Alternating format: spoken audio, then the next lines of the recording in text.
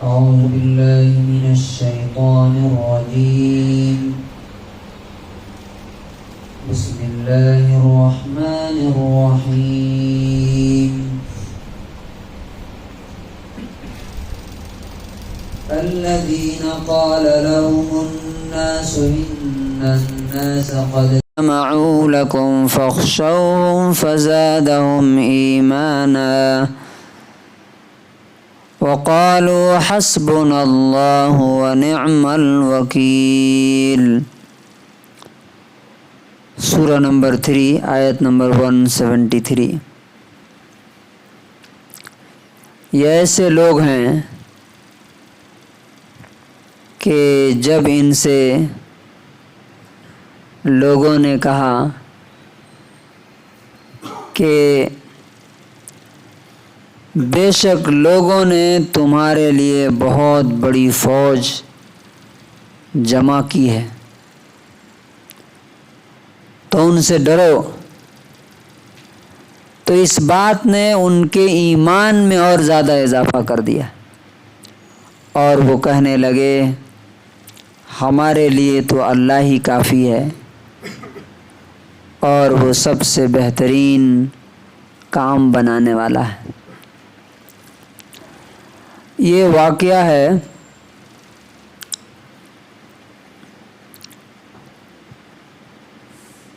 تین ہجری کے بعد. 3 ہجری میں جنگ احد ہوئی. تو جنگ احد میں مسلمانوں کو نہ مکے کے مشرکین جیتے نہ مسلمان جیتے، بلکہ ہار جیت کے بغیر ہی نتیجہ ختم ہو گیا جنگ کا. تو ابو سفیان نے کہا تھا، جو مکے کا لیڈر تھا، اگلے سال ہم پھر آئیں گے. تو نبی صلی اللہ علیہ وسلم نے بھی وعدہ کیا تھا کہ ہاں ٹھیک ہے آئیں گے. لیکن اگلے سال آنے کی ہمت نہیں ہوئی اس کی. رسول اللہ صلی اللہ علیہ وسلم نے تو اس نے کیا کیا، ایک چال چلی، سائیکولوجیکل وار. ایک آدمی کو مدینے میں بھیجا کہ جا کے وہ لوگوں کو بتائے کہ مکے والے نے تو بڑی فوج، ایسی آرمی تیار کی ہے کہ اس کا مقابلہ مدینے کے بس کی بات نہیں ہے، تم لوگ نہیں کر سکتے ہو. تو اس کا اثر یہ ہوا، اچھا چونکہ مدینہ ایک چھوٹی سی بستی اور مکہ جو ہے سینٹر پلیس، تو پہلے سے ہی وہ لوگ حاوی تھے پورے عرب پہ، ان کا کنٹرول تھا، لوگ ڈرتے تھے، بہادر تھے. اور اس کے بعد جب یہ بات آئی کہ اب انہوں نے اور زیادہ فوج جمع کی ہے تو لوگوں کی ہمت ٹوٹ گئی. نبی صلی اللہ علیہ وسلم نے ایک بار اعلان کیا کہ کون احد کی طرف جائے گا. لوگ بالکل خاموش رہے. اتنا اثر ہوا. دیکھیے یہ سائیکولوجیکل وار کا کیا اثر ہوتا. کچھ جو خاص صحابہ تھے وہ تو ہمیشہ تیار رہتے تھے، لیکن اکثر لوگوں نے وہ فیئر. پھر دوبارہ آپ نے اعلان کیا، دوبارہ بھی کوئی آواز نہیں آئی. تیسری بار آپ نے کہا کہ اگر کوئی نہیں جائے گا تو میں اکیلا جاؤں گا. تو 1500 لوگ ریڈی ہو گئے، 1500. نبی صلی اللہ علیہ وسلم ان کو لے کر کے آئے اسی جگہ پہ جہاں جنگ ہوئی تھی پچھلے سال. ادھر ابو سفیان کو اب شرم آئی کہ ارے وہ لوگ تو پہنچ گئے ہیں، ہم کیا کریں. اور 2 جنگوں میں دیکھ چکا تھا. تو وہ بھی 2000 لوگوں کو لے کے نکلا، راستے میں آ کے کچھ بہانہ بنا کر کے بھاگ گیا کہ پریشانی ہے بہت، ہم لوگ جنگ نہیں کر سکتے وغیرہ وغیرہ. تو اللہ تبارک و تعالیٰ نے وہاں پہ مسلمان جب پہنچے تو ایک تجارتی قافلہ آیا، بزنس، اور بہت سارا نفع لے کر کے وہ واپس آئے. اس کا تذکرہ آگے اللہ نے کیا ہے، لیکن اتنی سی بات کو یہاں اللہ نے بیان کیا کہ وہ جو آدمی آ کے مدینے میں بولا کہ لوگوں نے بڑی فوج جمع کی ہے، اسی کا تذکرہ اللہ نے یہاں کیا کہ یہ ایسے لوگ ہیں کہ جب ان سے لوگوں نے کہا کہ تم ان سے ڈرو، وہ تو بہت بڑی فوج اکٹھا کر رکھے ہیں، تو کیا ہوا؟ وہ ڈرے نہیں، بلکہ ان کا ایمانی لیول اور زیادہ اوپر ہو گیا، اور انہوں نے کیا کہا؟ حسبنا اللہ، ارے یہ فوج کیا کرے گی، یہ آرمی کیا کرے گی، پوری دنیا کی فوج ایک طرف اور میرا خدا اکیلے کافی ہے ساری دنیا کے لیے۔ اب ہم لوگ ڈرتے کیوں ہیں؟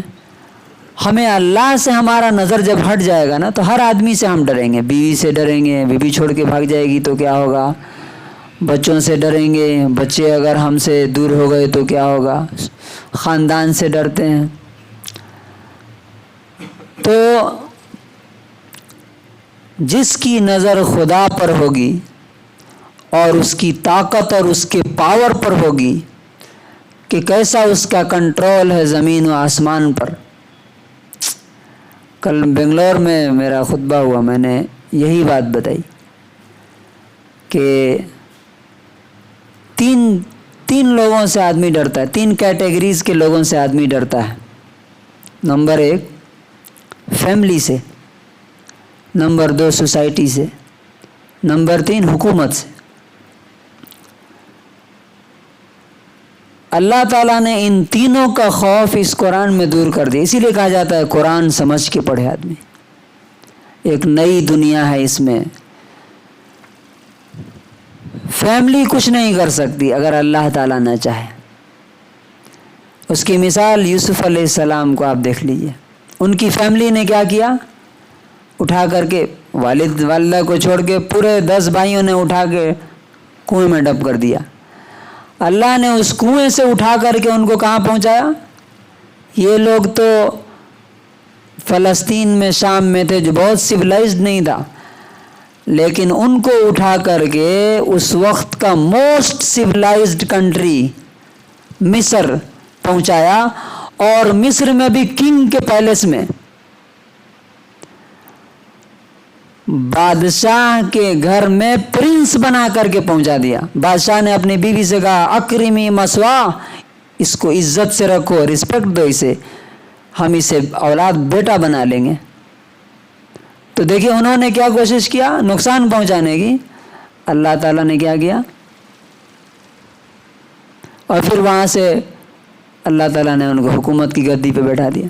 دوسری مثال سوسائٹی سے ڈرتے ہیں، لوگ کیا کہیں گے، ہم اکیلے پڑ جائیں گے۔ اللہ حسبنا اللہ، ہمارے لیے اللہ کافی ہے۔ اس کی مثال کیا ہے؟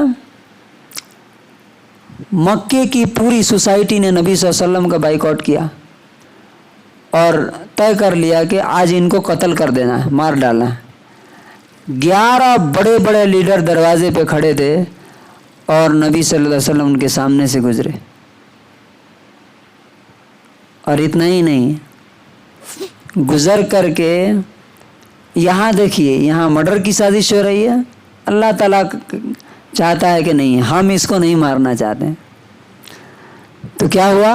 ادھر مرڈر کی سازش ہو رہی ہے، ادھر جان بچا کے بھاگ رہے ہیں، اور ادھر تاج پوشی کی تیاری چل رہی ہے کہ مدینے سے لوگ اب باہر آ کے انتظار کر رہے ہیں کہ کب آئیں کہ مدینے کی حکومت کا تاج آپ کے سر پہ رکھ دیا جائے، اور یہاں سے نکل کے گئے تو کیا ہوا؟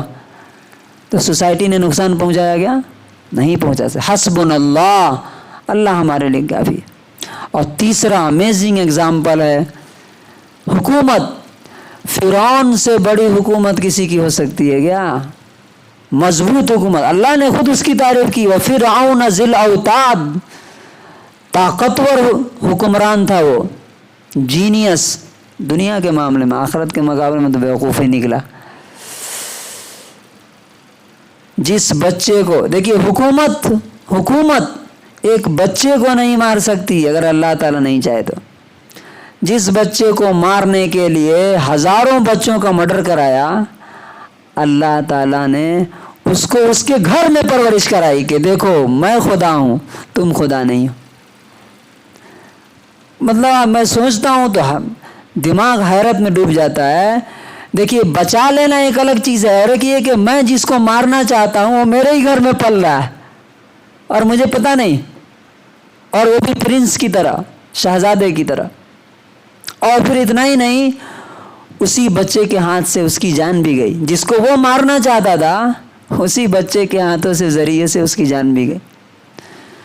تو اصل چیز یہی ہے کہ ہمارا ایمان اور یقین کہ حسبنا اللہ و نعم الوکیل، کوئی پارٹی مسیحا نہیں بن سکتی۔ ہمارا عمل اللہ کی مدد ہمارے لیے۔ اب دیکھیے ہم لوگ کتنی اسٹریٹجی بنا لیں، جب تک اللہ کے سامنے نہیں جھکیں گے تب تک ہماری ہر حکمت عملی، ہر تدبیر اللہ تعالی ہمارے اوپر الٹا پلٹ دے گا۔ اور اس کی مثال دیکھیے، مسجدیں مرثیہ خواہ ہیں، مسجدیں، علامہ اقبال نے آج سے 100 سال پہلے کہا تھا، مسجدیں رو رہی ہیں کہ نمازی نہ رہے، کہ نمازی ختم ہو گئے۔ اللہ تبارک و تعالی ہمیں صحیح سمجھ اور عمل کی توفیق دے، اور یہ یقین عطا فرمائے کہ اللہ ہی ہمارے لیے کافی ہے اور کسی کی ضرورت نہیں ہے ہمیں۔ اللہ تعالیٰ کی عبادت کے ساتھ اگر ہم زندہ رہیں گے، اللہ تعالیٰ اکیلا اور تنہا بھی اگر ہم کہیں رہیں گے تو وہاں بھی ہماری حفاظت فرمائے گا۔ سبحان اللہ و بحمدہ، سبحانک اللہم۔